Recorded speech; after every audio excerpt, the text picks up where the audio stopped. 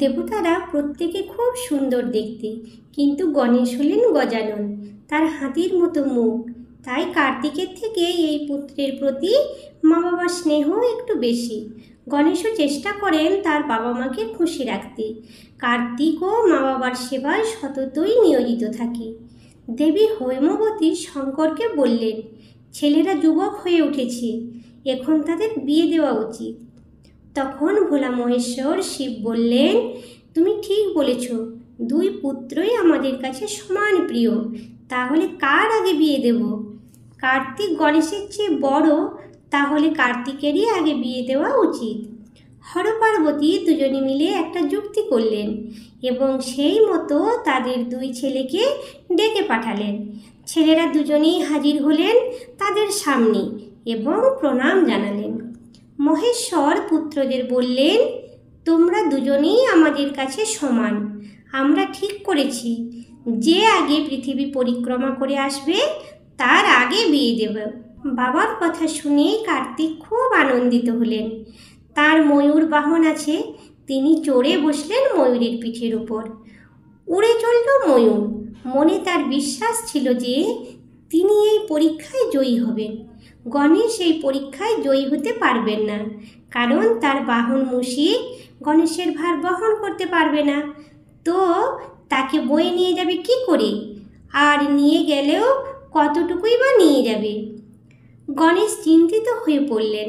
ভাবলেন, বাবা মার এই নিয়মে দাদারই জয় হবে, আমার দ্বারা এই কাজ সম্ভব নয়।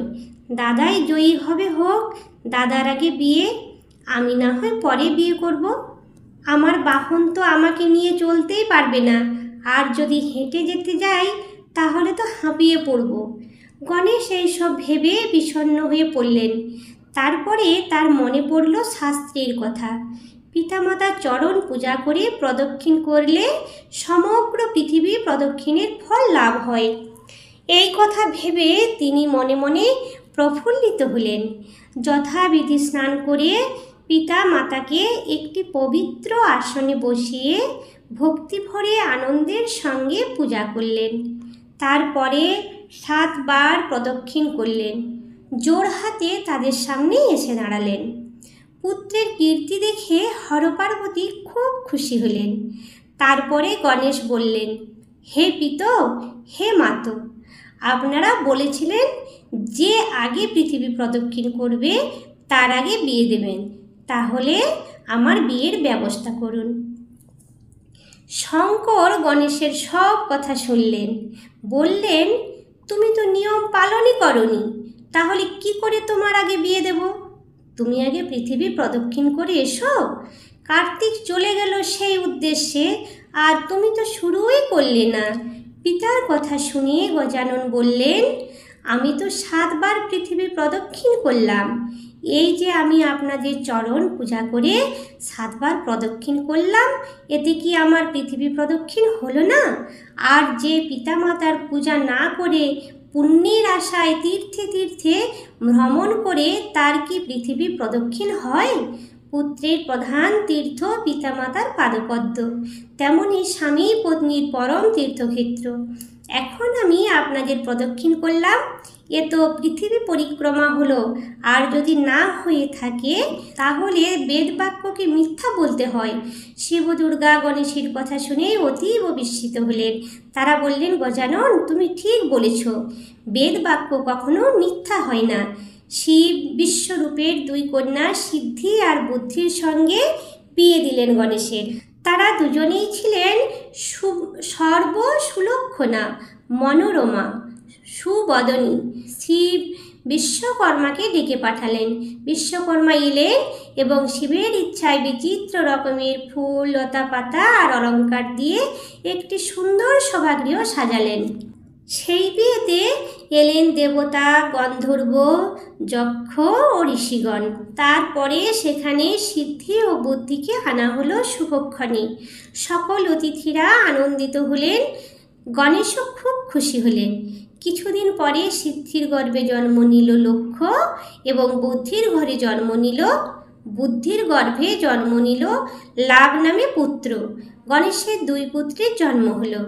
এইভাবে গজাননের সংসার জীবন মহানন্দে কাটতে লাগলো। এদিকে সারা পৃথিবী ঘুরে কার্তিক এলেন কৈলাসে।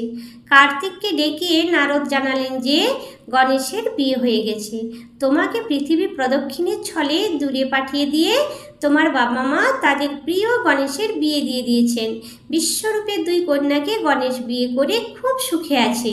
বর্তমানে তার দুটি সন্তানও হয়েছে। আর তুমি এত কষ্ট করে পৃথিবী ঘুরে এলে। বাবা মা অন্যায় করলে কি করবে নিজের? অন্যের কথা আর কি বলবো। মা যদি ছেলের মুখে বিষ তুলে দেয়, বাবা যদি ছেলেকে বিক্রি করে, আর রাজা যদি সব চুরি করে নেয়, তাহলে কার কাছে গিয়ে প্রতিবাদ জানাবে? দেখো সরানন, যারা তোমার সঙ্গে এমন ব্যবহার করেছে তাদের মুখ দেখা উচিত নয়। আমি তোমাকে সব বললাম, এবার তোমার যা ইচ্ছা তাই করো। নারদের কথা শুনে কার্তিক খুব দুঃখ পেলেন। তারপরে রেগে গিয়ে হর পার্বতীকে প্রণাম করলেন এবং চলে গেলেন ক্রৌঞ্চ পর্বতের কাছে। হরগৌরী ছেলেকে চলে যেতে দেখে তারা ডাকতে লাগলেন, তুমি এইমাত্র পৃথিবী প্রদক্ষিণ করে এসেছ, এখন তোমার বিবাহ দেব, কিন্তু তুমি আমাদের কিছু না বলে চলে যাচ্ছ কেন? তখন কার্তিক রেগে গিয়ে বললেন, আমাকে আপনারা ছল করে পৃথিবী পরিক্রমা করতে পাঠিয়ে দিয়ে গণেশের বিয়ে দিয়ে দিলেন। এই কথা বলে কার্তিক চলে গেলেন ক্রৌঞ্চ পর্বতে। সেখানেই রয়ে গেলেন। পিতা মাতার উপর রাগ করে আর বিয়েই করলেন না। সেই জন্য তার আর এক নাম হলো কুমার। শাস্ত্রে আছে, কার্তিকী পূর্ণিমার কীর্তিকা নক্ষত্রে কুমারকে দর্শন করলে সর্ব পাপ নষ্ট হয় আর সকল অভীষ্ট সিদ্ধ হয়। জয় শিব দুর্গার জয়।